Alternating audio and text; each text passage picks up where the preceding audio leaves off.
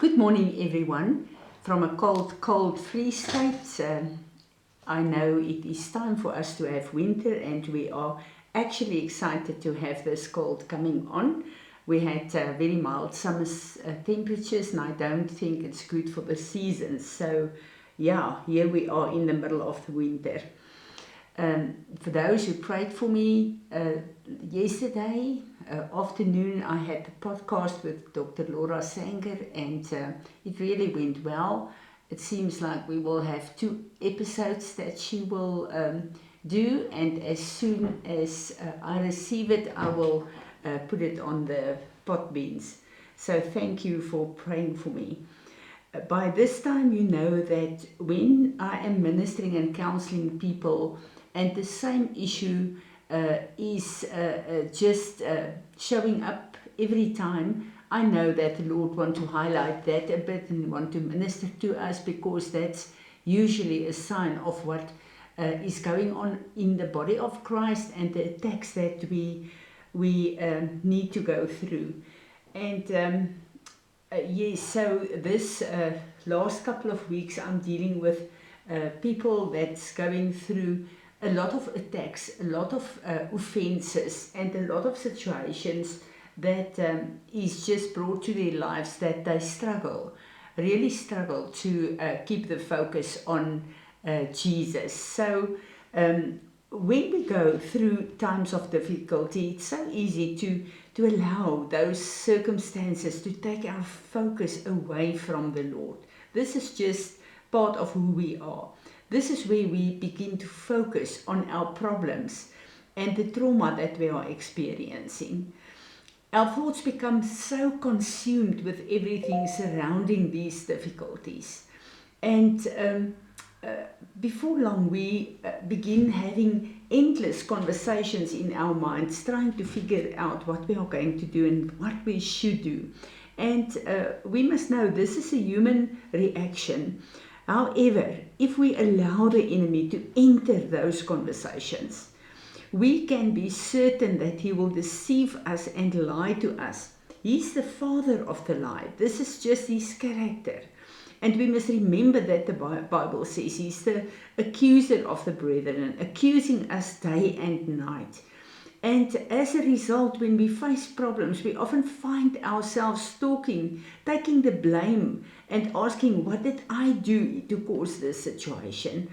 And this is just a human reaction. And no matter what the situation and the trauma is, we always go to that place where we think we are guilty of something. And this is just the voice in your head of the accuser.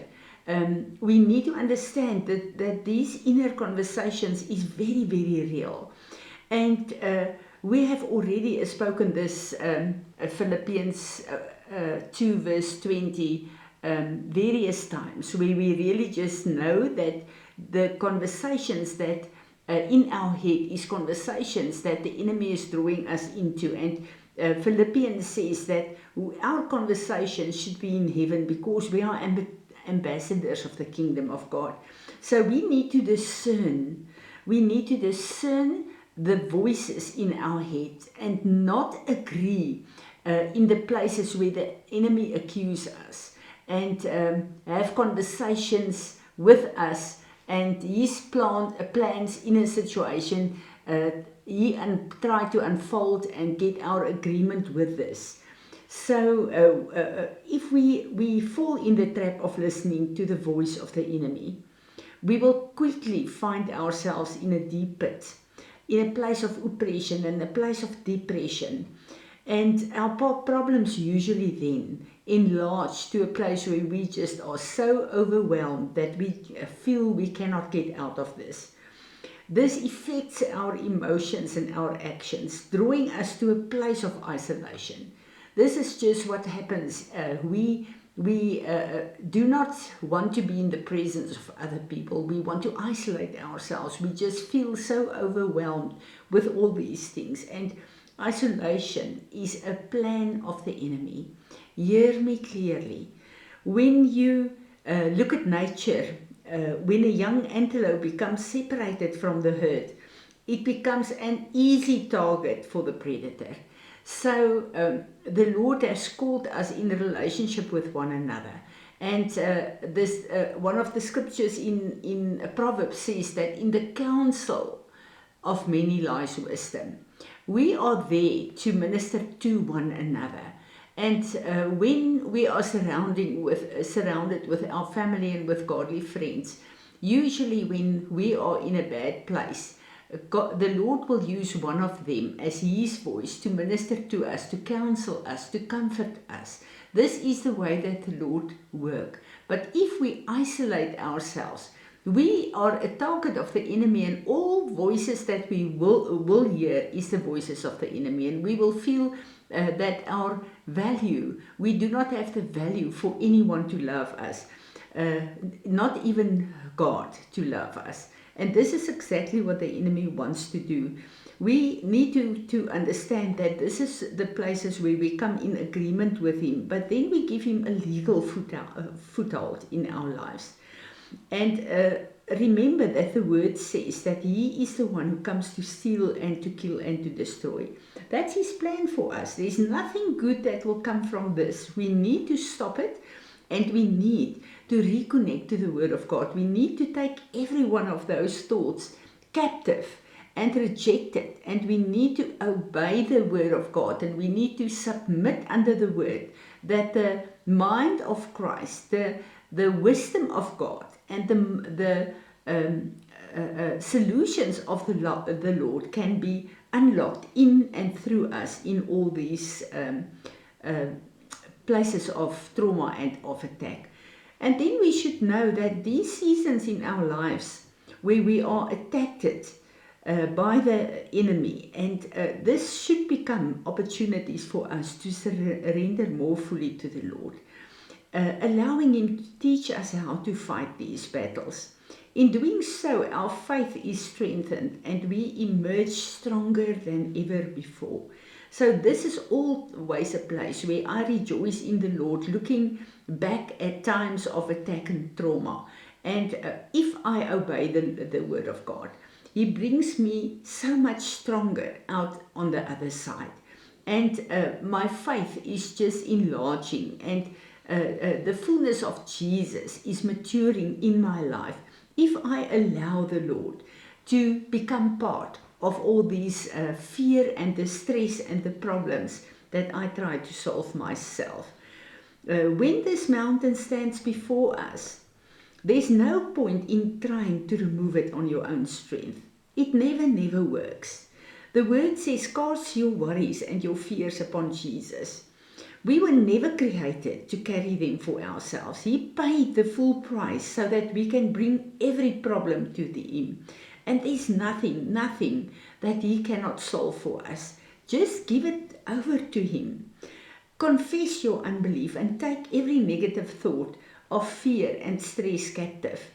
Declare that there's nothing on this earth that can happen to you that he is not able to handle.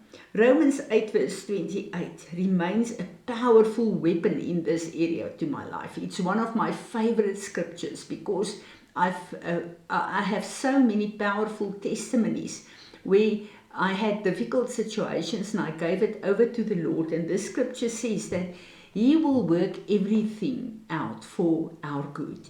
So no matter what happens, if we give it to the Lord, if we allow him to step in, he turns it around. And you know, one of the things that I said in a previous Potbean is that sometimes even situations caused by our sin and our wrong decisions, if we repent and humble ourselves before him, and if we give it to him, he turns it around. And he will allow this to work out for our good. We need to understand and know and remember that he said that his thoughts for us is thoughts to do good. And his plans for our future is to prosper us. We need to know that the word is the truth. I think one of the most difficult trials comes when people turn against us and they mistreat us. They humiliate us and slander us and speak evil against us. And it's easy to deal with situations when the people are involved in this are those you can remove from your life and put healthy boundaries around them. But when it's close family members, it's very, very difficult.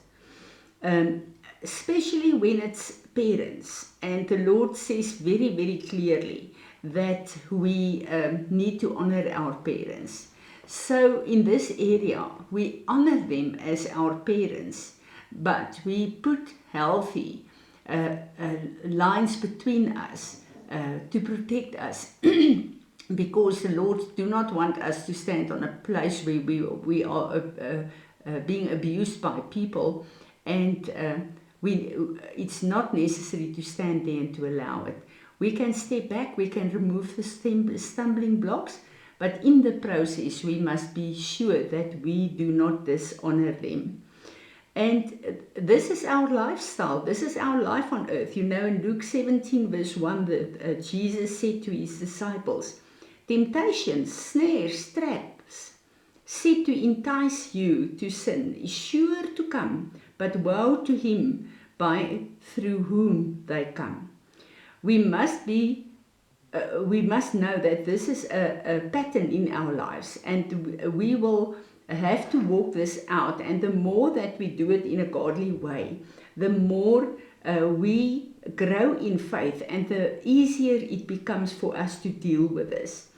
Every one of these situations, we need to understand that we can choose either for them to break us down, to destroy us, to put us in a place of isolation and of trauma, or we can use this as a stepping stone to climb the mountain of glory to the Lord, and to grow in Jesus and in his fullness. Jesus paid the full price for us that we can walk in victory, but the choice is ours. And one of the biggest strategies of the enemy are these attacks to draw us away, to isolate us, and to sever us, not only from people but also from the Lord. May the Lord help us, and may we see these opportunities as opportunities to grow nearer to him, and that our flesh can die daily more and more in these places, and that Jesus will grow in fullness in our lives. Lord Jesus, we want to thank you that you paid the price for us, Lord, that we can walk in victory. Holy Spirit, I pray that you will be the counselor to each and every one of us, Lord, and that you will help us to submit all these attacks and trials and temptations to you, and that you can use that then as a training for us to grow into your stature. Amen.